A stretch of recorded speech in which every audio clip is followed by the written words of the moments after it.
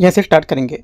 दृष्टि है इसके यहाँ पर टेस्ट नंबर 26 है, ठीक है। टेस्ट नंबर 26 देखेंगे और यहाँ पर फुल लेंथ के हिसाब से यहाँ पर चौथा टेस्ट होगा, ये फुल लेंथ का चौथा, और ओवरऑल यहाँ पर 26 नंबर पेपर है। इसको देखेंगे यहाँ से क्या क्या क्वेश्चन इसमें इनको कवर करेंगे। जैसे कि यहाँ पर इकोनॉमिक के 15 क्वेश्चन होंगे, ठीक है। हिस्ट्री के यहाँ पर 15 है, पॉलिटी का 15, ज्योग्राफी का 15, साइंस का 5, इन्वायरमेंट का 10, करंट अफेयर का 25, ऐसे करके यहाँ पर पूरा जितने सब्जेक्ट है उसके अकॉर्डिंग यहाँ पर क्वेश्चन है। आते क्वेश्चन नंबर 1 से स्टार्ट करते हैं। और सुबह हम लोग देख चुके हैं मिनी टेस्ट यहाँ पर जो है विजन है इसका काफ़ी इंपॉर्टेंट है। वहाँ पर टॉपिक भी मैंने आपको बताया क्या क्या टॉपिक पे क्वेश्चन है, करीब 20 क्वेश्चन काफ़ी इंपॉर्टेंट है, वो भी आप कर सकते हो, ठीक है। आते हैं यहाँ से क्वेश्चन 1 से करते हैं डिस्कस। क्वेश्चन नंबर 1 यहाँ से निम्नलिखित अभिलेखों पर विचार करना है। बांसखेड़ा अभिलेख, मधुबन अभिलेख, एहोल अभिलेख, इनमें से अभिलेखों में से कितने हर्षवर्धन का उल्लेख है। यहाँ पर हर्षवर्धन के कितने में उल्लेख है, आंसर हो जाएगा पहले का करेक्ट आंसर यहाँ से क्या होगा, ये हो जाएगा इसमें से जो पहला है ये करेक्ट है। मधुबन जो यहाँ पर अभिलेख है भी करेक्ट होगा, 631 ईस्वी पूर्व का जो अभिलेख है ये हर्ष से संबंधित है और इसमें एक अन्य भूमि अनुदान का उल्लेख किया गया है। बांसखेड़ा अभिलेख 628 ईस्वी पूर्व था, इसमें अभिलेख में प्रत्यक्ष रूप से हर्ष से संबंधित और इसमें हर्ष द्वारा 2 ब्राह्मणों को एक गाँव दान दिए जाते थे, दोनों बातें करेक्ट है। एहोल अभिलेख भी यहाँ से करेक्ट होगा, तीनों यहाँ से करेक्ट हैं, ठीक है। आंसर क्या है,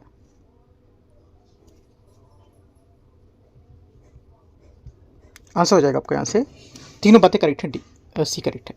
आगे आते क्वेश्चन नंबर 2, निम्नलिखित में से किसे अयप्पुदई जो का अंध था क्यों उपाधि निम्नलिखित में से किस विभाजित किया रहा था, जिसका अर्थ है आर्यों को पराजित करने वाला। आंसर हो जाएगा दूसरे का करेक्ट आंसर यहाँ से ये नेंदु चिलियन प्रथम इसका आंसर होगा बी, ठीक है। आंसर क्या होगा बी, यहाँ से इसका करेक्ट आंसर होगा, ठीक है। क्यों, क्योंकि यहाँ पर जो नेंदु चिलियन है ये प्रथम पांड्य वंश के प्रमुख प्रथम शासक थे, ठीक है, और उन्हें उन वंश का चौथा राजा माना जाता था और ये अयुप्पुदई कदंथा की उपाधि प्राप्त की थी उन्होंने, जिसका अर्थ होता है कि आर्यों को पराजित करने वाला, ठीक है। क्वेश्चन नंबर 3 यहाँ से आगे क्वेश्चन नंबर 3, पांड्य समाज के संबंध में निम्नलिखित पर विचार करना है। महिलाओं को संपत्ति का कोई अधिकार नहीं था और उन्हें पुरुषों में बराबर नहीं माना था। तीसरे का पहला स्टेटमेंट यहाँ से क्या होगा, ये करेक्ट है, एकदम सही बात है। सती प्रथा क्या थी, सती प्रथा यहाँ पर प्रचलित थी। सेकेंड बात क्या होगा, सेकेंड बात यहाँ से इसका तीसरे का ये भी करेक्ट होगा।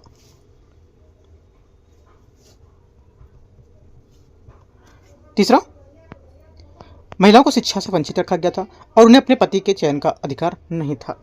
तीसरी बात क्या होगी, तीसरी बात यहाँ से गलत है क्योंकि यहाँ पर ये क्या जो वे अधिकारों के पूरी तरह से वंचित नहीं थी, उन्हें शिक्षा प्राप्त थी और वे अपने पति को चुनने के लिए विशेषाधिकार था उनको, ठीक है। काफ़ी अच्छी बात है। और यहाँ पर तीसरा क्या होगा, तीसरा से गलत हो जाएगा। चौथा, शाही संगीत और नाटक में निपुण महिलाओं को उच्च सम्मान दिया जाता था, चौथी बात करेक्ट है। आंसर क्या होगा, 1, 2 और 4 करेक्ट है, तो सी, 3 बातें इसके सही है क्वेश्चन नंबर 3 की। क्वेश्चन 4 है नलायिरा प्रथम जो प्रथम प्रबंधम देवी संत यहाँ पर कवि द्वारा रचित तमिल छंदों का संग्रह ये मुख्य रूप से निम्नलिखित में से किस परंपरा से संबंधित है।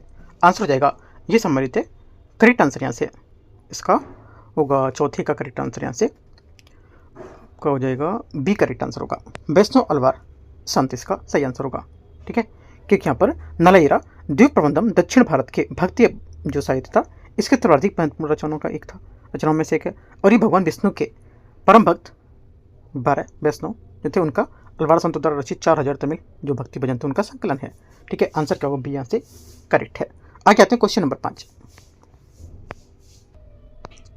क्वेश्चन नंबर 5 यहाँ से प्रारंभिक मध्यकालीन भारत में निम्नलिखित शासकों में से किसे अरब यात्रियों द्वारा आदिवरा के रूप में संदर्भित किया गया है। आंसर हो जाएगा 5वें का करेक्ट आंसर यहाँ से ये किया गया है मिहिर भोज, यहाँ से सही आंसर होगा इसका, ठीक है। आगे क्वेश्चन आते हैं क्वेश्चन नंबर 6। क्वेश्चन नंबर 6 यहाँ से 19वीं सदी शताब्दी में जो भारत है उसमें निम्नलिखित में से किसने वर्ष 1865 में विधवा जो विवाह थे उसमें उत्तेजक मंडल विधवा विवाह को प्रोत्साहन करने देने वाली संस्था की स्थापना की और स्वयं विधवा स्त्री से विवाह करके विधवा पुनर्विवाह का समर्थन किया था। आंसर हो जाएगा क्या, करेक्ट आंसर छठे का यहाँ से विष्णु परशुराम शास्त्री पंडित इसका छठे का सही आंसर होगा, ठीक है।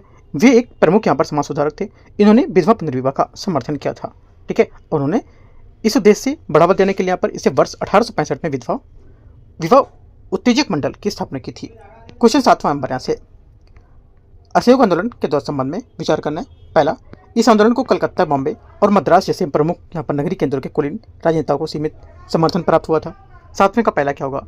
पहली बात यहाँ से करेक्ट है। सेकेंड, आर्थिक व्यवसायिक समूहों ने हानि और श्रमिक असंतोष को भय से आर्थिक बहिष्कार का एकमत होकर विरोध किया था। सेकेंड बात यहाँ से क्या होगी? ये गलत हो जाएगी, क्योंकि यहाँ पर जो बड़े व्यवसाय के यहाँ पर कुछ वर्गों ने इसकी आलोचना की जो कुछ रूप में श्रमिक असंतोष से डर था उनको, है ना, तो ये बात गलत हो जाएगी। तीसरी बात यहाँ से, सरकारी संस्थानों को छोड़कर राष्ट्रीय विश्वविद्यालयों में प्रवेश लेकर छात्रों और महिलाओं ने सक्रिय रूप से भाग लिया। तीसरी बात क्या है? तीसरी बात यहाँ से करेक्ट है। चौथा, इस आंदोलन में किसानों और श्रमिकों की महत्वपूर्ण भागीदारी देखी गई थी। चौथी बात क्या है? चौथी बात यहाँ से भी करेक्ट है। आंसर क्या होगा? 3, 4 और 1। 1, 3, 4 मतलब 3 बातें करेक्ट है 7वें नंबर की। आंसर सी करेक्ट है। सही पूछा तो।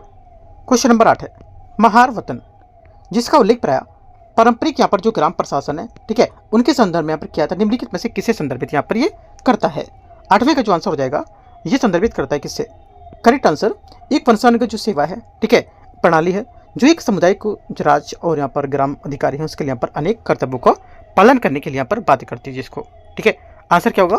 8वें का ए यहाँ से इसका सही आंसर हो जाएगा, ठीक है, क्योंकि इस प्रणाली में कई यहाँ पर प्रमुख विशेषताएं भी थी, जैसे कि यह निर्माण किया गया था कि वंशानुगत होना, ठीक है, और इसका दायित्व केवल एक व्यक्ति तक सीमित नहीं था बल्कि पूरे परिवार पर लागू होता था। और जो महार थे, महारों को राजस्व, पुलिस, सिंचाई और शिक्षा में कई विभाग देने के लिए आवश्यकता होती थी, ठीक है, तो ये सब पॉइंट इसके याद रखने हैं। आगे आते हैं क्वेश्चन नंबर 9। क्वेश्चन नंबर 9 है, क्रिस प्रस्ताव 1942 के बारे में विचार करना है। युद्ध के तुरंत बाद भारत को डोमिनेंट स्टेट्स का दर्जा दिया जाना था, जिसमें अलग होने का अधिकार शामिल था। 9वें का पहला स्टेटमेंट क्या होगा? 9वें का पहला स्टेटमेंट यहाँ से करेक्ट हो जाएगा। सेकंड, युद्ध के बाद एक संविधान निर्माण निकाय का स्थापना की जानी थी, इसमें ब्रिटिश भारत और रियासतों के प्रतिनिधि शामिल होने थे। सेकंड बात भी करेक्ट है। तीसरा, रक्षा और सैन्य अभियानों का नियंत्रण तत्काल भारतीय नेताओं को हस्तांतरित किया जाना था। तीसरी बात यहाँ से गलत है, क्योंकि जो युद्ध के दौरान रक्षा और सैन्य नियंत्रण ब्रिटिश सरकार के पास ही रहेगा, ये बात गलत हो जाएगी। 1, 2 सिर्फ करेक्ट है, 2 बातें सही है। क्वेश्चन 10 है, सैयद अहमद खान के संबंध में विचार करना है। उन्होंने आधुनिक वैज्ञानिक शिक्षा को अपनाने की वकालत की और Aligarh Mohammedan Anglo oriental college की स्थापना की थी। 10वें का क्या होगा? पहला स्टेटमेंट यहाँ से ये करेक्ट है। सेकंड बात, उन्होंने बहुविवाह और पर्दा प्रथा जैसी प्रथाओं का समर्थन किया और इसे मुस्लिम समाज की आवश्यकता विशेषताओं के रूप में वर्णित किया था। सेकंड बात क्या है? सेकंड बात यहाँ से गलत, क्योंकि वहाँ पर सैयद अहमद खान ने बहुविवाह जैसी सामाजिक प्रथाओं की आलोचना की और पर्दा प्रथा को समाप्त करने की वकालत की थी। उन्होंने महिलाओं की शिक्षा और व्यापक सामाजिक सुधारों का भी समर्थन किया था, ठीक है। तो आंसर क्या होगा? 1 करेक्ट है, दूसरा गलत होगा, ये यहाँ से आंसर है। क्वेश्चन 11 है, क्षमता विकास आयोग CBC के बारे में विचार करना है। ये मिशन कर्मयोगी ढांचे के संरक्षक है, जिसका उद्देश्य क्षमता विकास के योग्यता आधारित जो शिक्षा है उसके माध्यम से सिविल सेवा को सुधार करना। 11वें का पहला स्टेटमेंट यहाँ से क्या होगा? 11वें का पहला स्टेटमेंट यहाँ से करेक्ट हो जाएगा, सही बात है। सेकंड बात यहाँ से, ये भारत में सिविल सेवा प्रशिक्षण को विनियमित करने के लिए संसद में एक अधिनियम के तहत गठित एक वैधानिक निकाय है। सेकंड बात क्या है? सेकंड बात गलत होगी, क्योंकि यह आयोग शासन की अधिक पारदर्शी जवाबदेही जो होती है वह नागरिक को केंद्रित और भविष्य में परिषद तैयार करने के लिए बनाने हेतु रूपरेखा तैयार करता है और मानक निर्धारित करता है और एक सहयोग को प्रोत्साहित करता है। ये संसद के किसी अधिनियम के अंतर्गत गठित कोई वैधानिक निकाय नहीं है, ये गलत हो जाएगा। 1 ओनली करेक्ट है, आंसर यहाँ से ए 11वें का करेक्ट आंसर है। क्वेश्चन नंबर 12 नंबर यहाँ से, भारत निर्वाचन आयोग संबंध के बारे में विचार करना है। मतदाताओं की जो श्रेणी है उसके बारे में। 85 वर्ष से अधिक आयु के मतदाता बेंचमार्क जो दिव्यांगजन होते हैं, आयु के मतदाता बेंचमार्क 40% से कम नहीं, ठीक है। अनिवासी भारतीय मतदाता NRI और आवश्यक जो कार्यरत मतदाता हैं वो। 4 बातें यहाँ से दे रखी हैं, ठीक है। इन 4 बातों में बोला है कि भारत निर्वाचन आयोग द्वारा अनुसूचित अनुपस्थित मतदाताओं के अंतर्गत उपयुक्त में से कितने शामिल हैं? आंसर हो जाएगा 12वें का करेक्ट आंसर यहाँ से ये शामिल है। एक तो देखो 85 वर्ष से अधिक आयु के, है ना, ये शामिल होंगे और दिव्यांगजन इसमें होंगे, ठीक है, और निवासी मतदाता ये हो गए। आवश्यक सेवाओं का कार्यरत मतदाता इसमें नहीं होंगे। तो मतलब 3 बातें इसकी करेक्ट हैं, 3 बातें सही हैं, सी यहाँ से आंसर होगा। क्वेश्चन 13 भारतीय संविधान के संबंध में विचार करना है। भारत के राष्ट्रपति, राज्यों के राज्यपाल, सर्वोच्च न्यायालय के न्यायाधीश, भारत के मान्यवादी, इनमें से बोला है कि उपयुक्त में से कितनों के वेतन भत्ते विशेष अधिकार संविधान की द्वितीय अनुसूची के तहत निर्दिष्ट किए गए हैं। करेक्ट आंसर हो जाएगा 13 का, ये किए गए केवल 3 के तहत। कौन से? आंसर हो जाएगा भारत का राष्ट्रपति, राज्य के राज्यपाल, ठीक है, और कौन? और सर्वोच्च न्यायालय के न्यायाधीश। भारत के मान्यवादी इसमें नहीं होगा। आंसर क्या होगा? 1 2 3, 3 बातें इसकी करेक्ट है, सी। क्वेश्चन 14 यहाँ से भारत में केंद्रीय वेतन आयोग के संबंध में विचार करना है। पहला, प्रथम केंद्रीय वेतन आयोग का गठन वर्ष 1956 में किया गया था और वह न्यूनतम जीवन निर्वाह आवश्यकताओं के लिए वेतन प्रावधानों पर केंद्रित था। पहला 14 का पहला स्टेटमेंट यहाँ से गलत होगा, ठीक है, पहला गलत है, क्योंकि यहाँ पर जो सरकारी कर्मचारियों ने न्यूनतम जीवन स्तर का प्रदान करना था, ठीक है, और ये विचार इलेक्शन आयोग की सिफारिशों से प्रभावित किया गया था, न कि वेतन आयोग से। केंद्रीय व्यवस्था विभाग जो था उसने केंद्रीय वेतन आयोग को सिफारिशों के कार्यान्वयन की उत्तरदायी था। सेकंड बात करेक्ट है, क्योंकि यहाँ पर व्यय विभाग जो है ये केंद्र सरकार में लोक वित्तीय प्रबंधन के लिए नोडल विभाग के रूप में काम करता है, और ये केंद्रीय वेतन आयोग की सिफारिशों के कार्यान्वयन के साथ यहाँ पर सरकारी लेखा जोखा और टिप्पणी को लेकर के इससे संबंधित होगा, ठीक है। आंसर क्या होगा? ओनली 2, बी यहाँ से आंसर होगा। क्वेश्चन 15 यहाँ से इसमें बोला निम्नलिखित केंद्र शासित प्रदेशों पर विचार करना है। अंडमान निकोबार द्वीप समूह, लक्षद्वीप, दादरा नगर हवेली और दमन दीव। इनमें से बोल रहा है कि केंद्र शासित प्रदेशों में कितनों में राष्ट्रपति को भारत के संविधान के अनुच्छेद 240 के अंतर्गत शांति, प्रगति और सुशासन के लिए नियम बनाने का अधिकार प्राप्त है। आंसर हो जाएगा 15 का। करेक्ट आंसर यहाँ से ये एक तो अंडमान निकोबार, लक्षद्वीप और दादरा नगर हवेली सभी यहाँ पर इनको प्राप्त है, तो सी क्या होगा? 15 का आंसर हो जाएगा, ठीक है। आगे आते हैं क्वेश्चन 15 हो गया। 16 नंबर 16, ये सरल क्वेश्चन था। क्वेश्चन 16 है संघ लोक सेवा आयोग यूपीएससी और राज्य लोक सेवा आयोग जो है एसपीएससी जो है स्टेट पीएससी, उसके बारे में विचार करना है। यूपीएससी के अध्यक्ष और सदस्य 6 वर्ष या 65 वर्ष की आयु तक पद धारण करते हैं, जबकि एसपीएससी अध्यक्ष और सदस्य 6 वर्ष या 60 वर्ष की आयु तक पद धारण करेंगे। पहला 16 का पहला स्टेटमेंट यहाँ से क्या होगा? ये गलत है, क्योंकि इनकी अवधि जो होती है 6 वर्ष या 65 वर्ष, ठीक है। और इसके विपरीत राज्य लोक सेवा आयोग जो होते हैं उनके अध्यक्ष के सदस्य होते हैं 62 वर्ष की आयु जो भी यहाँ पर पहले हो, ठीक है। तो ये बात 6 वर्ष या 62 वर्ष, तो ये बात गलत हो जाएगी, ठीक है। सेकंड बात है यूपीएससी के अध्यक्ष और सदस्यों के पद से राष्ट्रपति द्वारा हटा जा सकता है, जबकि एसपीएससी का अध्यक्ष यहाँ पर राज्यपाल द्वारा हटा जाएगा। ये भी बात गलत है, क्योंकि यहाँ पर ये राष्ट्रपति द्वारा ही हटाया जाएगा इनको भी, है ना। दोनों बातें गलत है। आंसर यहाँ से डी करेक्ट है, कोई गलत, कोई सही नहीं है। क्वेश्चन नंबर 17, 17 नंबर है। 17 बोला है दिनेश गोस्वामी समिति, एन बोहरा समिति, इंद्रजीत गुप्ता समिति, तनखा समिति, ठीक है। इनमें से कितनी यहाँ पर समितियां भारत में निर्वाचन सुधारों और राजनीतिक व्यवस्था से संबंधित मुद्दों पर काम किया है? आंसर 17 का हो जाएगा। ये काम किया है सभी समितियां जितनी थी, इन सभी समितियों ने भारत के निर्वाचन आयोग सुधारों में राजनीतिक व्यवस्था मुद्दों पर काम किया है, ठीक है। आंसर 17 का डी करेक्ट हो जाएगा। क्वेश्चन 18 आते हैं, 18 नंबर। 18 बोला है भारतीय गुणवत्ता परिषद QCI के बारे में विचार करना है। इसका गठन वर्ष 1997 में कैबिनेट के निर्णय के आधार पर एक स्वायत्त लाभकारी संगठन के रूप में किया गया था। 18 का पहला स्टेटमेंट यहाँ से क्या होगा? ये करेक्ट है। सेकंड, वाणिज्य उद्योग मंत्रालय के अंतर्गत उद्योग एवं आंतरिक व्यापार संवर्धन विभाग के लिए नोडल विभाग होगा। सेकंड बात क्या होगी? सेकंड बात यहाँ से करेक्ट है। तीसरा, राष्ट्रीय अस्पताल एवं स्वास्थ्य लेखा प्रदाता प्रत्यायन बोर्ड स्वास्थ्य सेवाओं के जो प्रत्यायन प्रदान करने के लिए QCI एक घटक के रूप में भूमिका निभाता है। तीसरी बात भी करेक्ट है। तीनों बातें सही है। 18 का आंसर क्या होगा? 1, 2 और 3 सभी बातें यहाँ से करेक्ट होंगी इसके, ठीक है। तो आंसर क्या होगा? 18 का जो आंसर हो जाएगा आपका डी करेक्ट है। क्वेश्चन 19 नंबर है, 19। इसमें बोला PM यहाँ पर स्वनिधि जो है उसके बारे में विचार करना है। ये बोले ये केंद्र प्रायोजित योजना है जिसका उद्देश्य शहरी सड़क जो विक्रेता होते हैं उसको कार्यशील पूंजी ऋण प्रदान करना होता है। पहला 19 का पहला स्टेटमेंट यहाँ से ये गलत है, ठीक है, क्योंकि यहाँ पर स्वनिधि जो है ये PM स्ट्रीट वेंडर आत्मनिर्भर PM स्वनिधि एक केंद्रीय क्षेत्र की योजना है जिसे जून 2020 में आवासन और शहरी कार्य मंत्रालय द्वारा सड़क विक्रेताओं की कार्यशील सहायता पूंजी को लेकर शुरू किया गया था, ठीक है। तो ये बात गलत हो जाएगा। ये केंद्र प्रायोजित बोल रहा है तो यहाँ से क्या होगा? ये गलत है क्योंकि केंद्रीय क्षेत्र की योजना है। सेकंड बात है ये योजना ब्याज सब्सिडी के साथ यहाँ पर संपार्श्विक मुक्त ऋण प्रदान करती है। सेकंड बात भी करेक्ट हो जाएगी सेकंड। तीसरा, इस योजना के तहत प्रारंभिक ऋण राशि 10,000 रुपये जिसकी पुनर्भुगतान अवधि 2 वर्ष से अधिक होगी। तीसरी बात यहाँ से क्या होगी, ये गलत है, क्योंकि इस योजना के तहत प्रारंभिक ऋण राशि 10,000 है लेकिन पुनर्भुगतान अवधि 1 वर्ष है, ये बात गलत हो जाएगी। ये योजना आवासन और शहरी कार्य मंत्रालय द्वारा क्रियान्वित की जाएगी। चौथी बात यहाँ से करेक्ट है। चौथा और दूसरा सही है ना, 2 बातें सही हैं, तो आंसर बी करेक्ट है, 2 और 4। क्वेश्चन 20 है, संसदीय समिति के बारे में विचार करना है। देखते हैं इसको। समिति कार्य मंत्रणा समिति सदन के विधायी और यहाँ पर अन्य कार्यों के लिए समय आवंटित करती है और लोकसभा में सदस्य में 15 और राज्यसभा से 11 होते हैं। पहला क्या होगा, 20 का पहला स्टेटमेंट यहाँ से इसका ये करेक्ट है। सेकंड बात, नियम समिति में कार्यप्रणाली संबंधित मामले पर विचार करती है और नियम बदलाव की सिफारिश करती है और लोकसभा 15 और राज्यसभा में 16 सदस्य होते हैं। सेकंड बात यहाँ से ये भी करेक्ट है। तीसरा बोला है कि जो आचार समिति होती है आचार संहिता को लागू करती है और कदाचार मामलों की जांच करती है और लोकसभा के 15 राज्यसभा से 10 होते हैं। ये बात क्या है, करेक्ट है। तीनों बातें सही है। 20 का answer 1 2 3 C answer correct answer है। क्वेश्चन नंबर 21 है, निम्नलिखित पर विचार करना है। ये काला सागर और अजूब सागर के बीच अवस्थित है, कौन है, अभी देखते हैं।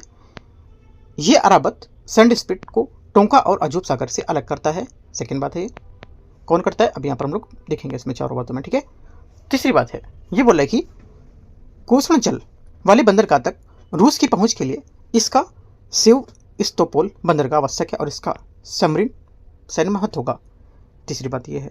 तो इनमें से बोला कि किसकी यहाँ पर तीनों ये बात की जा रही हैं, कौन से यहाँ पर तीनों चीज़ें जो है इसको समराइज करेंगे अपने स्टेटमेंट में। आंसर हो जाएगा 21 का करेक्ट आंसर। यहाँ से ये क्या होगा, 21 का करेक्ट आंसर है ए नंबर, क्रीमिया करेक्ट आंसर है। 22 नंबर आते हैं। 22 नंबर है, शाहिद बंदरगाह के संबंध में, शाहिद रजाई बंदरगाह के बारे में विचार करना है। ये ईरान का सबसे बड़ा और सबसे उन्नत वाणिज्यिक बंदरगाह है जो होर्मुज जल मुक्त के पास स्थित है।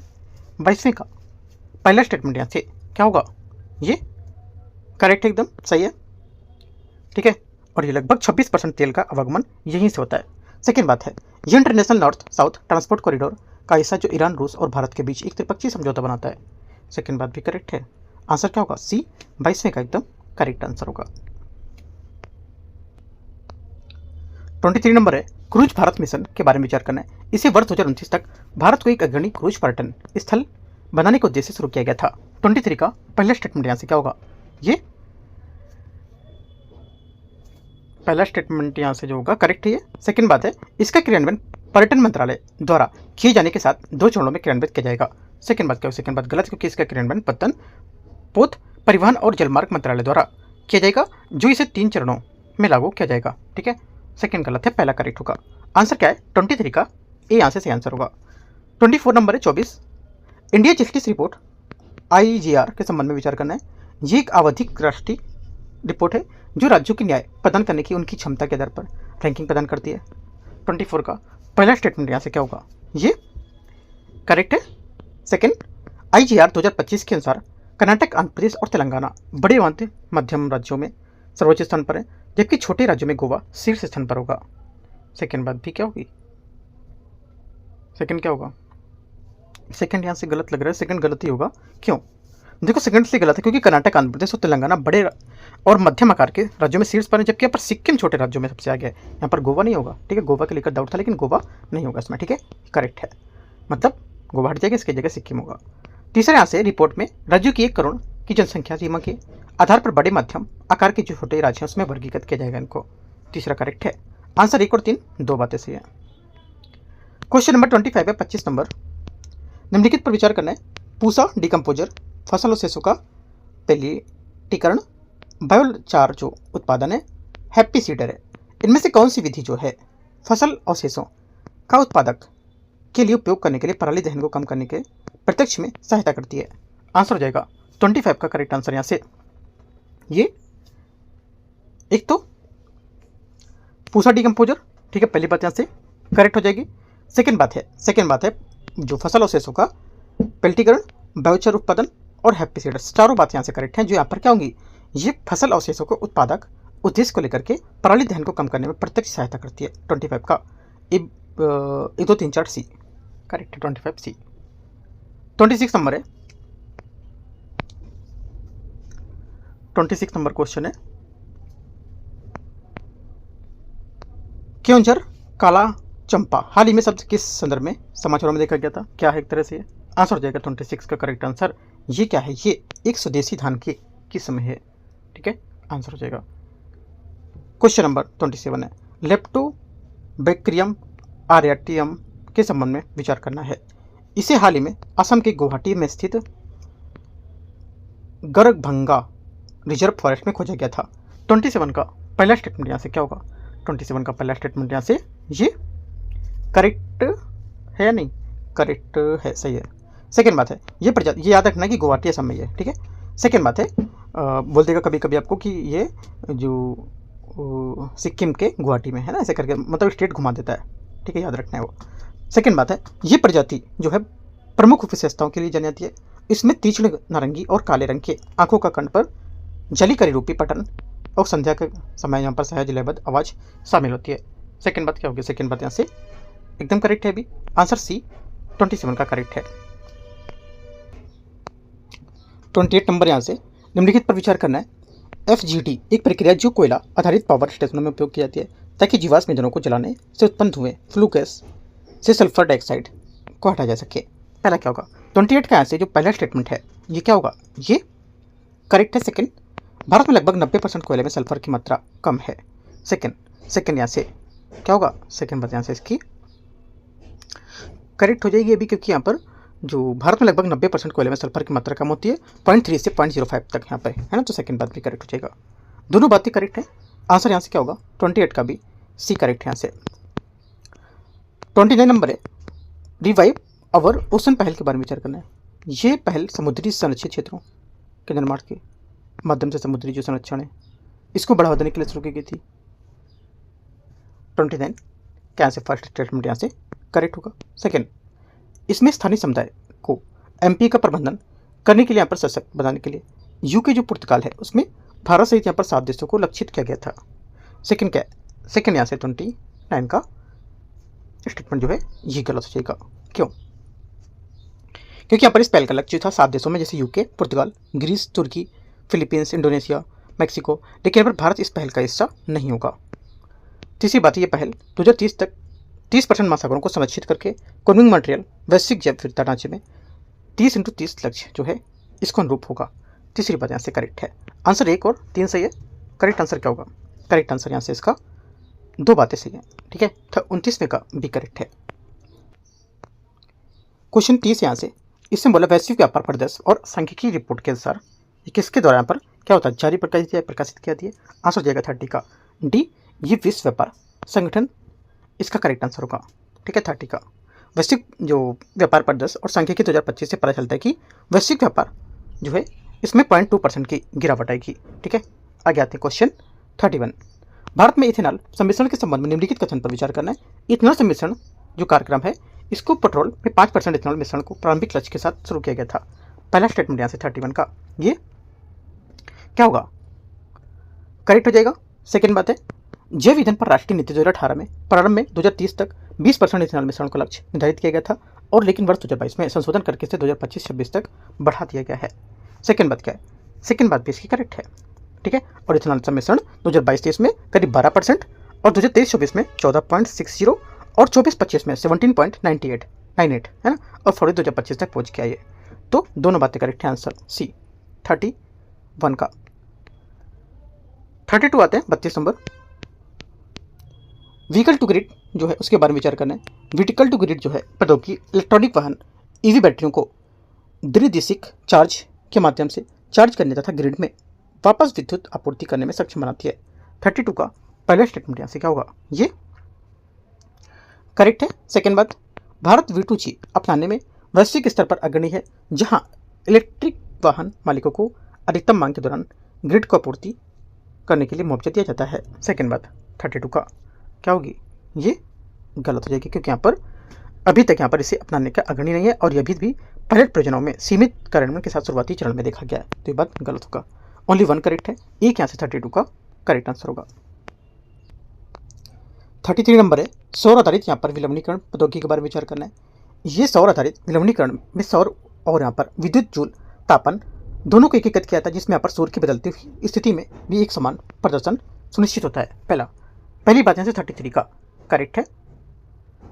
पहला क्या होगा, पहली बात करेक्ट है। सेकंड बात है, डुअल साइडेड जो सुपर हाइड्रोफोबिक लेजर पेरियोडिक होता है, उसमें ग्राफीन वाष्पित लवण में जमाव को रोकना और विलवणीकरण दक्षता में सुधार करने के लिए हाइड्रोफोबिक सामग्री का उपयोग करता है। ये भी बात यहाँ से करेक्ट होगी। ठीक है। तीसरी बात यहाँ से कि बोले कि सौर प्रौद्योगिकी के माध्यम से खारे पानी को शुद्ध करने की प्रक्रिया केवल खारे जल के उपचार तक ही सीमित है और समुद्री जल में विलवणीकरण के लिए प्रभावी नहीं होगी। ये बात गलत हो जाएगी, उसमें भी प्रभावी होगी। ठीक है, 1 और 2 करेक्ट है। 34 है, QPIAI इंडेक्स के बारे में विचार करना है। ये पूर्णतः भारत में निर्मित पहली क्वांटम कंप्यूटिंग प्रणाली है। 34 का पहला स्टेटमेंट यहाँ से क्या होगा, ये 34 का जो पहला स्टेटमेंट है ये यहाँ से करेक्ट है।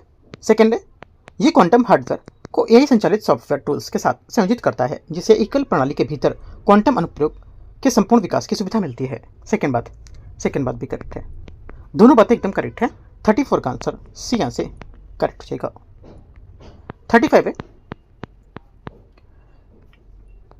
ये 2025 पहल जो है आर्टेमिसिस R21 मैट्रिक्स एम को एक समान संदर्भ के कारण प्राय समाचारों में देखा गया था। ठीक है, निम्नलिखित में से कौन सा चरण इसका सर्वोत्तम वर्णन करता है, ये जो यहाँ पर बोला इसके बारे में 4 बातें दे रखी हैं। कौन सी बात इसके बारे में सही है ना।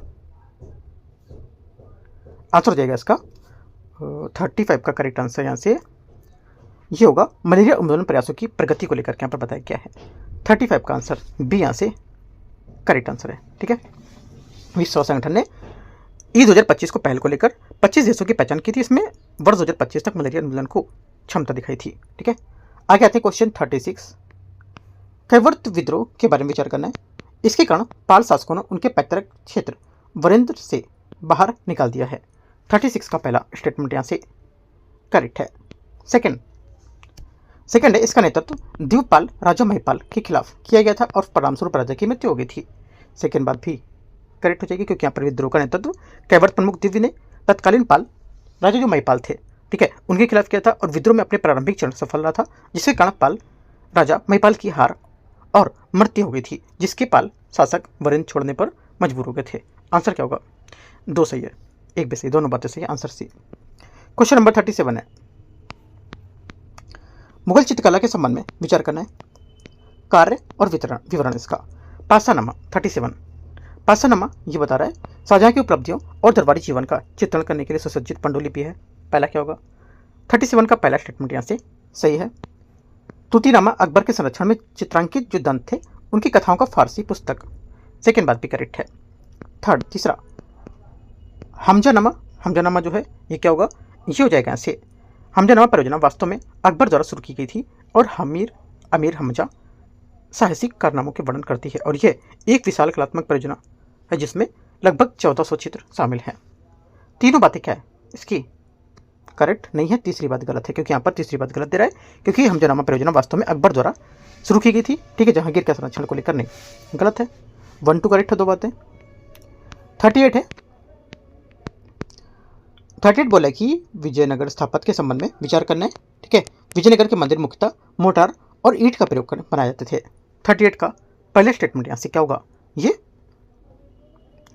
पहला स्टेटमेंट यहाँ से गलत है, क्योंकि विजयनगर में ग्रेनाइट जैसे कठोर पत्थरों का उपयोग करके बनाए गए थे, है ना, ये सब यहाँ पर इसमें नहीं था, मोटार और ईंट का, गलत हो जाएगा। सेकेंड बात है, मंदिर परिसरों में आमतौर पर कई आयताकार प्रांगण होते थे जिसमें ऊंचे में गोपुरम या राय गोपुरम होते थे। सेकेंड बात क्या होगी, सेकेंड बात यहाँ से करेक्ट है। तीसरा, विजयनगर स्थापत्य में द्रविड़ बेसर और भारत इस्लामिक स्थापत्य तत्वों का समन्वय दिखता है।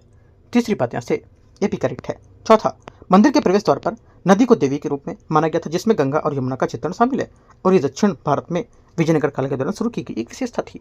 चौथी बात करेक्ट है। आंसर 3 बातें सही है, 2 3 4 करेक्ट आंसर ए आंसर सही है। ठीक है, विजयनगर को लेकर यूपीएससी में बहुत क्वेश्चन यहाँ से पूछता है हमेशा, कभी पेपर उठाओ विजयनगर क्वेश्चन हमेशा मिलेगा, भले वो ऑप्शन में क्यों ना हो।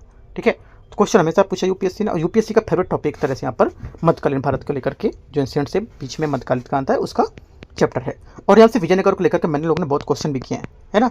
विजयनगर को लेकर के हम लोग बहुत सारा टॉपिक कराया था, जो डेली टारगेट देते थे ना, उसको लेकर के कम से कम 30 से 35 क्वेश्चन कराए थे। एक एक क्वेश्चन को शायद कोई भी क्वेश्चन इससे बाहर यूपीएससी अब नहीं पूछ सकता, क्योंकि एक एक चीज़ मैंने वहाँ पे समझाई थी आपको।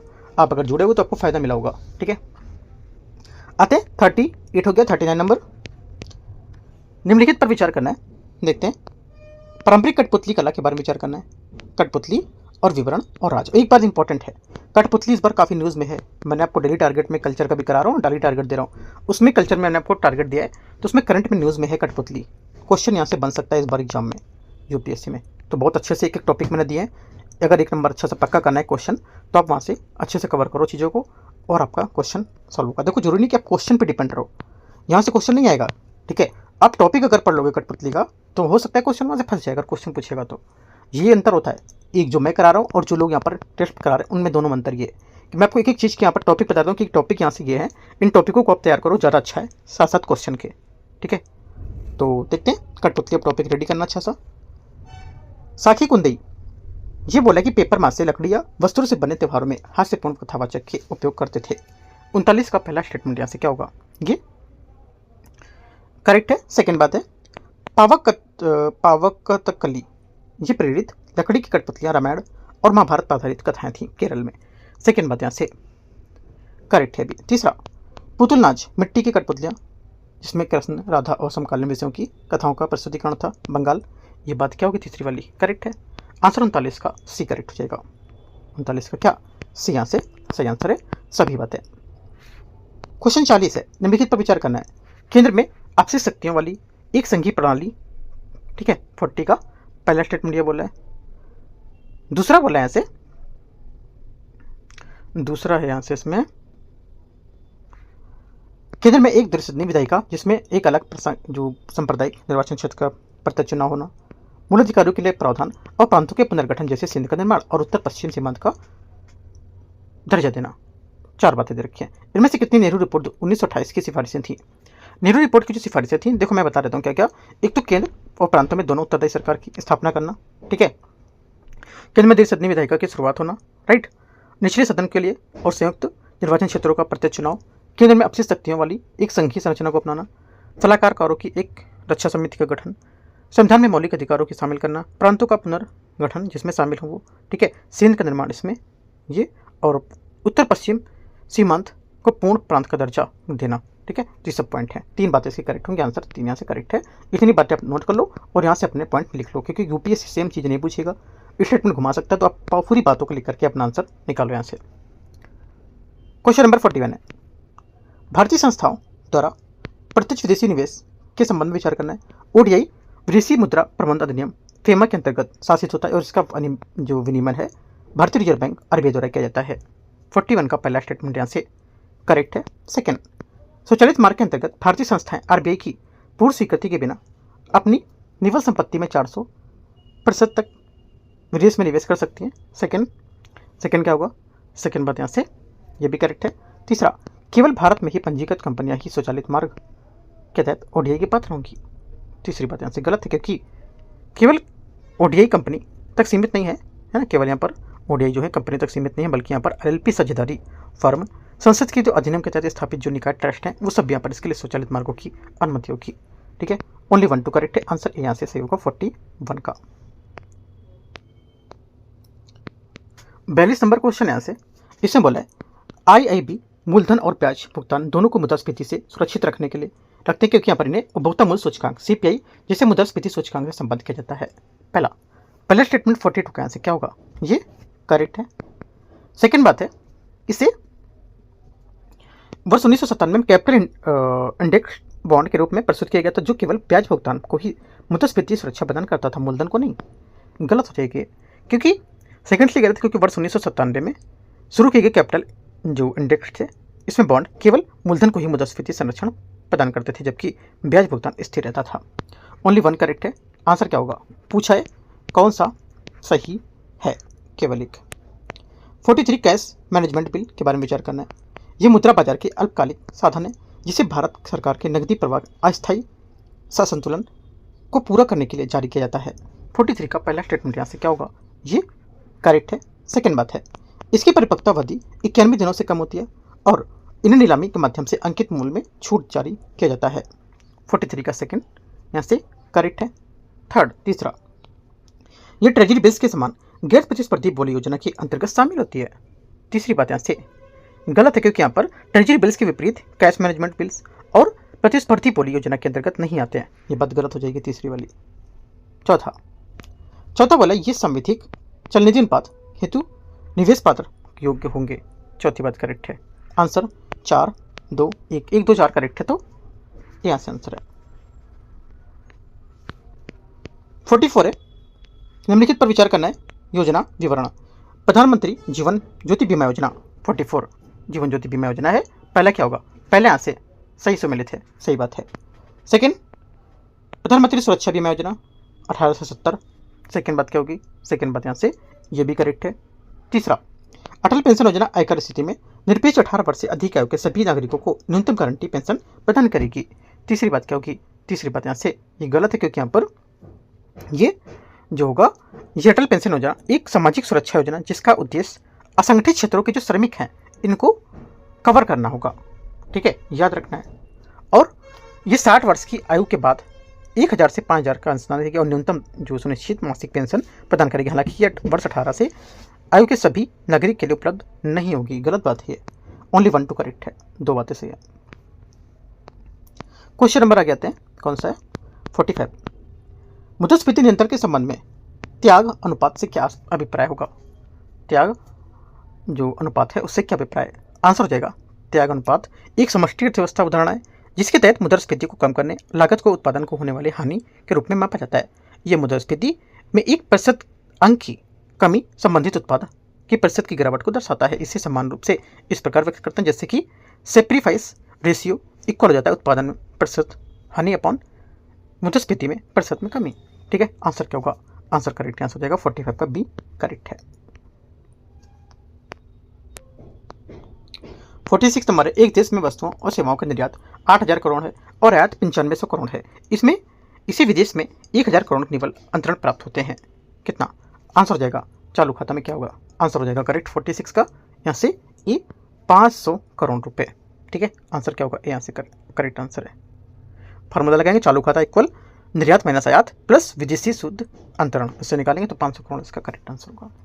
47 निम्नलिखित पर विचार करना है। गिरफिन वस्तुएं या गिरफिन वस्तुएं ऐसी निष्कृष्ट वस्तुएं होती है जिनके मूल्य में वृद्धि होने पर उनकी मांग बढ़ जाती है। 47 का पहला स्टेटमेंट क्या होगा, पहला स्टेटमेंट यहाँ से 47 का ये करेक्ट है। सेकेंड, विपणन वस्तुएं ऐसी वस्तुएं होती हैं जिनकी कीमत बढ़ने पर उनकी मांग बढ़ जाती है क्योंकि उच्च कीमत प्रतिष्ठा और वरिष्ठता प्रदान करती है, विशिष्टता प्रदान करती है। सेकेंड बात यहाँ से भी करेक्ट है, क्योंकि विपणन वस्तुएं ऐसी होती है जिनकी कीमत बढ़ाने पर उनकी मांग बढ़ जाती है क्योंकि यहाँ पर उच्च कीमत उन्हें प्रतिष्ठा प्रतीक बना देती है और इनका घटना दिखावटी उपभोग से संबंधित होता है, जहाँ व्यक्ति महंगी वस्तुओं को जुड़ी सामाजिक प्रतिष्ठा के कारण इसमें रुचि दिखाता है। आंसर क्या होगा, 1 करेक्ट, 2 करेक्ट है, सी 47 का सी करेक्ट है। आगे आते हैं 47 का 48 है, भारत में कॉफी उत्पादन और निर्यात के संबंध में विचार करना है। भारत विश्व में शीर्ष 10 कॉफी उत्पादकों देशों में से शामिल है और कॉफी उत्पादक में इसकी लगभग 3.5% हिस्सेदारी होगी। 48 का पहला स्टेटमेंट यहाँ से क्या होगा, ये करेक्ट है। सेकेंड, कर्नाटक, केरल और तमिलनाडु की संयुक्त रूप से भारत में कुल कॉफी उत्पादन में 90% से अधिक हिस्सेदारी है। सेकेंड बात 48 का सेकेंड यहाँ से ये भी करेक्ट है। तीसरा, भारत की वैश्विक कॉफी निर्यात में 10% से अधिक हिस्सेदारी है। तीसरी बात यहाँ से गलत, क्योंकि भारत में वैश्विक स्तर पर लगभग 5वां सबसे बड़ा कॉफी निर्यातक होगा और वैश्विक कॉफी निर्यातक में इसकी 5% हिस्सेदारी ना कि 10%। ये गलत हो जाएगा, 1 2 करेक्ट है। आगे आते हैं 49 देखते हैं। 49 है 15वें और 16वें वित्त आयोग के बारे में, यहाँ पर जो 20 केंद्रीय कर था उसके बारे में विचार करना है। 16वें वित्त आयोग में आय अंतराल का भारांश 15वें वित्त आयोग की तुलना में कम किया गया है। जो 49 का पहला स्टेटमेंट यहाँ से करेक्ट है। सेकंड, 16वें वित्त आयोग में जनसंख्या 2011 का भारांश 15वें वित्त आयोग की तुलना में बढ़ाया गया है। सेकंड बात क्या होगी, ये भी करेक्ट है। तीसरा, 16वें वित्त आयोग ने जीडीपी में योगदान को एक नए मानदंड के रूप में शामिल किया, जबकि कर एवं राजकोषीय प्रयास को हटा दिया गया है। तीसरी बात करेक्ट है। आंसर 1 2 3 49 का डी। क्वेश्चन 50 है 50 नंबर, राजकोषीय जो कर्षण है उसकी अवधारणा से क्या अभिप्राय होगा। 50 का करेक्ट आंसर यहाँ से हो जाएगा। इसकी अवधारणा से आशय है कि ऐसी स्थिति से जहां मुद्रास्फीति से करदाता उच्च कर स्लैब में चले जाते हैं जिससे यहाँ पर वास्तविक आय में वृद्धि के बिना भार बढ़ जाता है। 50 का क्या होगा, 50 का आपका एक स्टेटमेंट यहाँ से करेक्ट है। ठीक है, क्योंकि जब मुद्रास्फीति और नामात्र आय में वृद्धि के कारण करदाता उच्च आय स्लैब में चले जाते हैं, तो जबकि यहाँ पर जो उनकी वास्तविक क्रय शक्ति उस पर कोई वृद्धि नहीं होती है। ठीक है, और इसे राजकोषीय की कर्षण कहा जाता है। करेक्ट आंसर 50 का एक करेक्ट है।